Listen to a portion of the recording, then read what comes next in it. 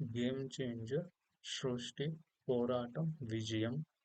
తెలుగు చలనచిత్ర పరిశ్రమలో ప్రతి 10 ఏళ్లకు ఒకసారి మార్పు తెచ్చే సినిమాలు వస్తుంటాయి. 2024లో వచ్చిన 'గేమ్ చేంజర్' అలాంటి సినిమా.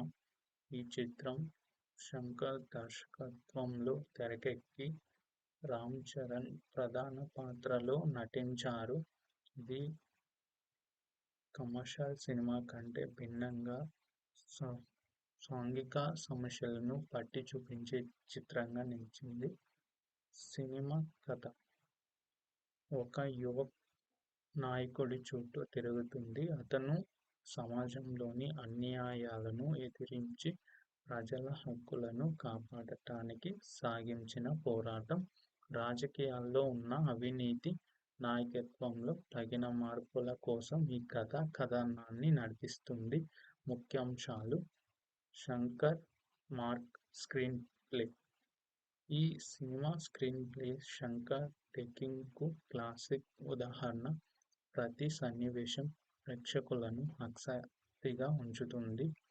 రామ్ చరణ్ నటన, అతని వేషధారణ, డైలాగ్ డెలివరీ మరియు యాక్షన్ సన్నివేశాలు గొప్పగా ఉన్నాయి.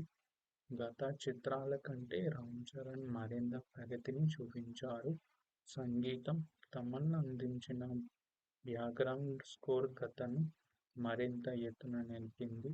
పాటలు మాత్రమే కాదు, రీ-రికార్డింగ్ కూడా విశేషంగా ఉంది. సామాజిక సందేశం: సినిమా కేవలం వినోదానికే కాకుండా ఓ మంచి సందేశం కూడా ఇస్తుంది. సినిమాలో ఉన్న సమస్యలు: గేమ్ చేంజర్ సాంకేతికంగా కొన్ని చోట్ల కథనం నెమ్మదిగా అయిపోవడం కొంచెం నిరుత్సాహానికి గురిచేసింది. అదేవిధంగా కొంతమంది పాత్రలకు తగిన ప్రాధాన్యత అనిపించవచ్చు. సినీ ప్రేక్షకుల స్పందన: ఈ చిత్రం ప్రేక్షకుల నుండి మంచి స్పందనను అందుకుంది. ముఖ్యంగా యూత్ మరియు ఫ్యామిలీ ఆడియన్స్ ఈ చిత్రాన్ని ఆదరించారు. సినిమా విడుదల అయిన తర్వాత బాక్సాఫీస్ వద్ద రికార్డులు క్రియేట్ చేసింది.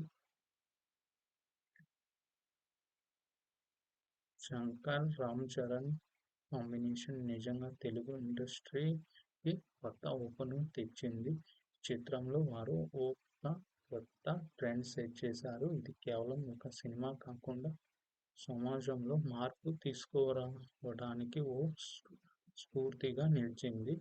సమాప్తం: గేమ్ చేంజర్ సినిమా ఒక వినోదాత్మక ప్రయాణం మాత్రమే కాకుండా ఒక శక్తివంతమైన సందేశాన్ని అందిస్తుంది.